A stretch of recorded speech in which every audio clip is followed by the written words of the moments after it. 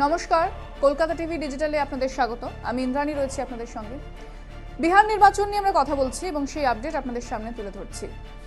এর আগের ভিডিওতে আমরা বলেছিলাম যে এনডিএ জোট অর্থাৎ বিজেপি, জেডিইউ, চিরাগ পাসওয়ান তারা কোন পজিশনে রয়েছে, কোথায় রয়েছে এবং এনডিএ জোট কিভাবে তারা কিছুটা নড়বড়ে জায়গাতে রয়েছে, কিভাবে তারা শক্তি বাড়াচ্ছে বা নীতিশ কুমার কিভাবে গুরুত্বহীন হয়ে পড়ছে, এই সমস্ত আপডেট আপনারা জানিয়েছিলাম। এবার আমরা ইন্ডিয়া ব্লকের দিকে নজর রাখবো, অর্থাৎ বিরোধীদের দিকে নজর রাখবো। বিরোধী যারা রয়েছে, কংগ্রেস, আরজেডি কোন জায়গায় রয়েছে, কোন পজিশনে রয়েছে সেটা জানাও। পাশাপাশি যে লেফট ফ্রন্ট রয়েছে তারাও কিন্তু একটা কি ফ্যাক্টর এবারের বিহার নির্বাচনে। তবে বলে রাখবো যে শাসক বিরোধী বা এনডিএ ইন্ডিয়া কেউই কিন্তু তাদের এখনো পর্যন্ত যে ক্যান্ডিডেট লিস্ট সেটা প্রকাশ করেনি, কারণ চূড়ান্ত সিদ্ধান্তে কেউই পৌঁছাতে পারছে না সেইভাবে। ইন্ডিয়া ব্লকের যদি আমরা অবস্থা দেখি বা এনডিএর থেকে অর্থাৎ বিজেপি জোটের থেকে তারা একটু ভালো পজিশনে রয়েছে, কারণ বিজেপি জোটে প্রত্যেকের সঙ্গে একটা অসন্তোষ রয়েছে, প্রত্যেকে ক্ষুব্ধ, কারণ তারা যে সংখ্যক আসনের দাবি করছেন সেটা পাচ্ছেন না, সেটা চিরাগ পাসওয়ান হোক বা নীতিশ কুমার হোক, প্রত্যেকেই কিন্তু বিজেপির ওপর ক্ষুব্ধ রয়েছে। তাই বিজেপির যে জোট রয়েছে সেখানে কোন্দল অনেকটা বেড়ে যাচ্ছে, প্রতি মুহূর্তেই কিন্তু তারা যে বৈঠক চলছে কিন্তু কোনোভাবেই আসন রফা তারা সেই সিদ্ধান্তে পৌঁছতে পারছে না। যদি ইন্ডিয়া ব্লকের দিকে নজর রাখি তাহলে আমরা দেখছি এবারে কংগ্রেস এবং আরজেডিকে অনেক বেশি সর্টেড দেখাচ্ছে। কেন? কারণ কংগ্রেস অনেকটা নমনীয়, কংগ্রেস অনেকটা আসন ছেড়ে দিচ্ছে আরজেডিকে। আরজেডিও কিন্তু সেক্ষেত্রে যে জায়গায় রয়েছে, আরজেডিও কোনো রকম বিরোধে যেতে এই মুহূর্তে রাজি নয় কংগ্রেসের সঙ্গে, বা কংগ্রেসও কোনো রকম বিরোধ করতে রাজি নয় আরজেডির সঙ্গে। কারণ রাহুল গান্ধী এবং তেজস্বী যাদবের যে জুটি সেটা আমরা দেখেছি বিহার নির্বাচনে কিভাবে তারা প্রচার করেছে। রাহুল গান্ধী যে যাত্রা করেছিলেন ভোটের অধিকার যাত্রা, সেই ভোট অধিকার যাত্রাতে যেভাবে তিনি জনপ্রিয়তা লাভ করেছেন এবং যেভাবে সংগঠনকে চাঙ্গা করতে চেয়েছেন রাহুল গান্ধী, সেই পথে কিন্তু এগিয়েছেন এবং সেই পথে রাহুল গান্ধীর সঙ্গে সমান তালে হেঁটেছেন হচ্ছে তেজস্বী যাদব। তিনিও কিন্তু কোনো রকম দ্বন্দ্বে কংগ্রেসের সঙ্গে যাননি বা রাহুল গান্ধীর সঙ্গে কোনো রকম দ্বন্দ্বে যাননি, অর্থাৎ তাদের যে জুটি সেটা অনেকটা অ্যাপ্রিসিয়েশন পেয়েছে মানুষের কাছে, বিহারের মানুষের কাছে। এবং যেটা রাহুল গান্ধী বলেন যে পিছড়ে বর্গের যে ভোট রয়েছে সেটা কংগ্রেসের কাছে অনেকটাই রয়েছে, পাশাপাশি যে সংখ্যালঘু ভোট সেটা কংগ্রেসের কাছে রয়েছে এবং এই ভোট ব্যাংক কিন্তু আরজেডির কাছেও আছে।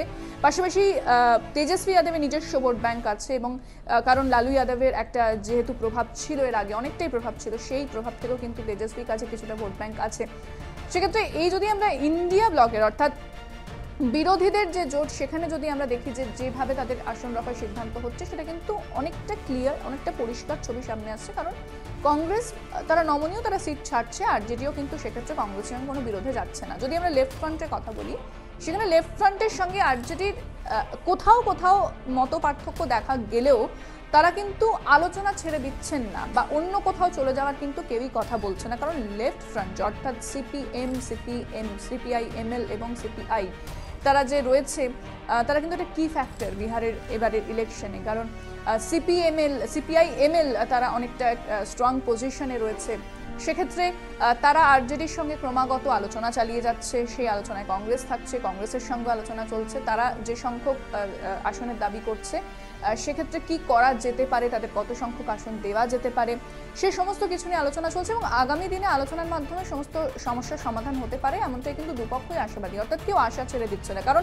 আমরা যদি দেখি বিজেপি জোটে অর্থাৎ এনডিএ জোটে সেখানে চিরাগ পাসওয়ান বলছেন যে তাকে যদি আসন না দেওয়া হয়, তিনি সেই সংখ্যকই আসন চান, তিনি অনড়, তাকে যদি আসন না দেওয়া হয় তাহলে তিনি প্রশান্ত কিশোরের সঙ্গে হাত মেলাবেন, জন সুরাজ পার্টিতে চলে যাবেন। সেক্ষেত্রে কিন্তু বিজেপিকে এটা ভাবাচ্ছে, বিজেপির কাছে একটা বড় চিন্তার কারণ। কিন্তু ইন্ডিয়া জোটে যদি দেখি কেউ কিন্তু আলোচনা ছেড়ে দিচ্ছে না, যে টেবিল রয়েছে, ডিসকাশন টেবিল রয়েছে, সেখান থেকে কিন্তু কেউ উঠে যাচ্ছে না। অর্থাৎ কংগ্রেসকে এর আগে আমরা দেখলাম যে রাহুল গান্ধী যেভাবে ভোটের অধিকার যাত্রা করেছিলেন সেখানে তিনি অনেক বেশি মানুষের সমর্থন পেয়েছেন, জনসাধারণের কাছে পৌঁছেছেন, মানুষের ইস্যু নিয়ে কথা বলেছেন। পাশাপাশি বিজেপিকেও যেভাবে ভোট চুরির যে একটা narrative Rahul Gandhi counter narrative set করতে চেয়েছিল বিজেপির এগেনস্টে, সেটাতেও কিন্তু অনেকটাই তিনি সফল হয়েছেন। তাই এবং তেজস্বী যাদব যেভাবে এসআইআর নিয়ে প্রচার করেছেন, যেভাবে তিনি মানুষের কাছে যাচ্ছেন, এবং শুধুমাত্র এই নির্বাচনে নয়, তেজস্বী যাদবকে আমরা সক্রিয় দেখছি যে আগের যে বিহার বিধানসভা নির্বাচন হয়েছিল সেখান থেকে কিন্তু তিনি সক্রিয়। অর্থাৎ তেজস্বী যাদব কোনোভাবেই দমে যাননি, তিনি আরও বেশি এসেছেন, রাজনীতি করেছেন, মাটির রাজনীতি করেছেন, পাশাপাশি রাহুল গান্ধীর সঙ্গে হাত মিলিয়ে তিনি সমান তালে চলছেন। অর্থাৎ এটা একটা তাদের কাছে অ্যাডভান্টেজ, তাদের কাছে প্লাস পয়েন্ট। এবং যে বাম দলগুলো রয়েছে তাদেরকে একসঙ্গে নিয়ে তারা চলার চেষ্টা করছে।